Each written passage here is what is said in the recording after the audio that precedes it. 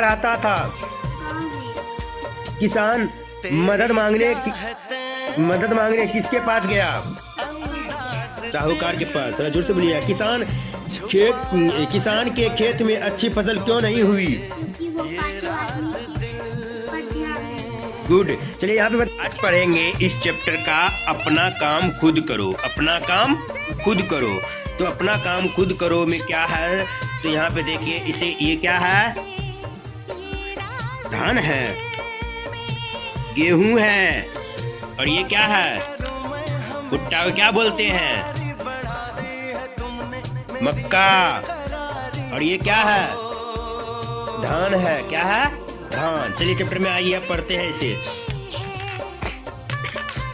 किसी गांव में एक गरीब किसान रहता था। एक बार वह एक अमीर साहूकार के पास गया। साहूकार का मतलब क्या होता है? व्यापारी, अमीर आदमी था वो, है ना।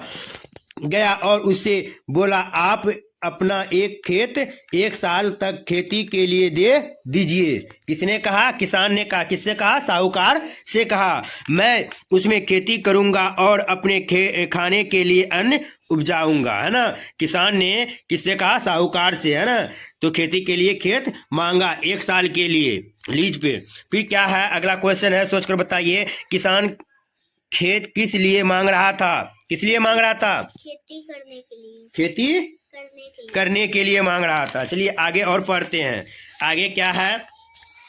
आगे है, अमीर साहूकार बहुत दयालु था। उसने अपना अपना एक खेत किसान को दे दिया। एक खेत किसान को दे दिया। साथ ही उसकी सहायता के लिए 5 आदमी भी दिए। और गरीब किसान के लिए साहूकार ने 5 आदमी भी दिए खेती के लिए, है ना, ताकि उसे मदद मिले सही तरीका से। उसने किसान से कहा, मैं तुम्हारी सहायता के लिए 5 आदमी दे रहा हूं। तुम इनकी सहायता से एक खेती करोगे, है ना। इन 5 आदमी की सहायता से तुम खेती करोगे। साहूकार ने किसान से कहा, तो तुम्हें खेती करने में आसानी होगी। तो साहूकार की बात मानकर किसान उन 5 आदमियों के अपने साथ लेकर चला गया। उसने उन आदमियों को ले जाकर खेत पर काम में लगा दिया, है ना।